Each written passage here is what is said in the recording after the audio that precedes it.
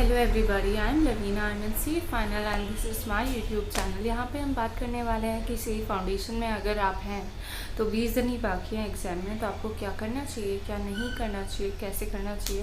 Because I have all this figured out because you know I am in C final. So तो हम चारों subject के बारे में डिटेल में बात करेंगे कि आपको कैसे क्या स्ट्रैटेजी फॉलो करनी चाहिए इन लास्ट के 20 डेज़ में। अकाउंटेंसी, इसमें हमारा जो क्वेश्चन नंबर 1 होता है वो हमारा कंपलसरी क्वेश्चन होता है, हम सबको पता है। उसमें ट्रू फॉल्स आता है 12 मार्क के और थ्योरी क्वेश्चन आता है 4 मार्क का। हम सबको पता है पर हम प्रिपेयर नहीं करके जाते हैं। जबकि ट्रू फॉल्स स्कोरिंग होते हैं, ट्रू फॉल्स उन्हीं में से आता है जो बैक क्वेश्चन होते हैं मॉड्यूल में से, उन्हीं में से आता है। ठीक है, we still have to prepare for it. Second thing, हमारा फॉर्मेट बिल्कुल प्रॉपर नहीं होता है। We have to lead lines, we have to write question number twice, ये मेरा सजेशन है पर्सनल। और आप जो भी अकाउंट बना रहे हो उसका नाम लिखो, अमाउंट, पर्टिकुलर, रुपीज़ का साइन, वो सब आपको करना है। ठीक है, और working note form part of your answer, ये तो इतना इम्पोर्टेंट है। वो क्वेश्चन पेपर के ऊपर खुद लिख के देते हैं, working notes are necessary. Okay, then अगर आपको क्वेश्चन चूज़ करने में दिक्कत आ रही है, आपको स्टार्टिंग के 15 मिनट में करना है और आपको क्वेश्चंस में देखना है कि आप किस क्वेश्चन से कितने मार्क्स स्कोर कर सकते हो।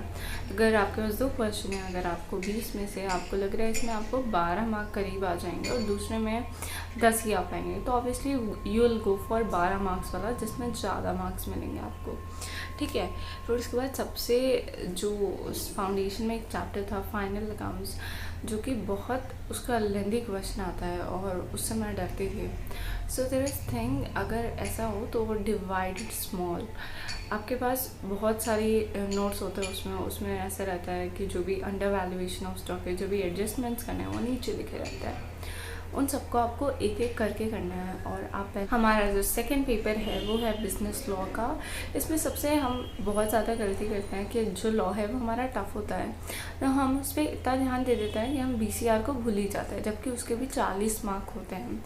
सो BCR से भी आप मार्क्स स्कोर कर सकते हो। लॉ में है ना 2 टाइप के क्वेश्चन होते हैं, एक केस स्टडी बेस्ड होता है, एक स्टेटमेंट वाइज होता है। स्टेटमेंट वाइज कैसा, the general rule is agreement without consideration is void, इसके एक्सेप्शन स्टेट करना है। तो इस क्वेश्चन में आपको कुछ भी क्वेश्चन में से नहीं मिलेगा, आपको खुद सोच के जो आप पढ़ के गए हो उसमें से लिखना होगा। केस स्टडी में क्या है कि आपको केस स्टडी में आप क्वेश्चन से कुछ निकाल सकते हो, आप फैक्ट्स लिख सकते हो, थोड़ा सा प्रोविजन आपको मिल जाएगा, टूटा फूटा मिल रहा है, इतना नहीं मिलता है, पर आपको ब्लर विजन मिल जाता है कि क्या लिखना है कभी।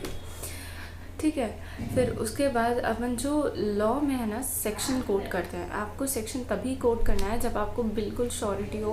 अगर आप सेक्शन के बारे में श्योर नहीं हो तो प्लीज़ उसे कोड मत करना। ठीक है, तो अभी आपको अकाउंट्स और लॉ में क्या करना है, आपके जितने भी 20 दिन बाकी हैं उसमें आपको एक दिन अकाउंट्स का 3 घंटे का टेस्ट पेपर देना है और दूसरे दिन लॉ का देना है। और जिस दिन आप अकाउंट्स का टेस्ट दे रहे हैं उस दिन आप जस्ट रैंडमली जो लॉ के क्वेश्चन है मॉड्यूल के पीछे से रैंडमली चूज़ करके उसको राइटिंग प्रैक्टिस करनी है आपको, नहीं तो आप एग्ज़ाम हॉल में कैसे लिखेंगे। और आप ट्राई करना कि आपका जो एग्जामिनेशन का टाइम है उसी टाइम में आप टेस्ट दो। अगर नहीं हो पा रहा है तो भी ठीक है, पर प्रेफरेंस वो रहेगी आपकी। ठीक है, उसके बाद हम आ जाते हैं मैथमेटिक्स पे। Mathematics differs from person to person, usually tough होता है।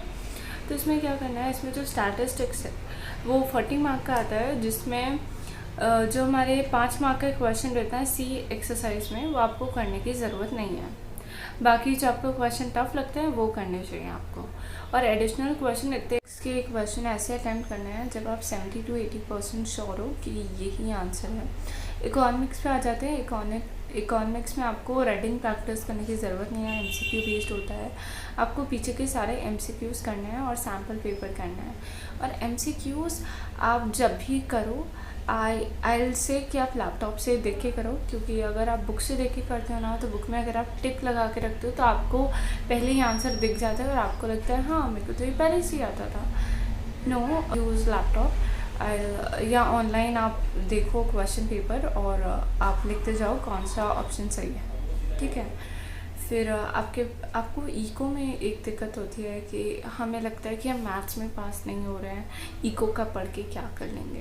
ये आपको बिल्कुल नहीं करना है। इको का पेपर इजी आता है, पेपर बहुत जल्दी ख़त्म हो जाता है इको का, पर आपको अटेम्प्ट करना है। आपको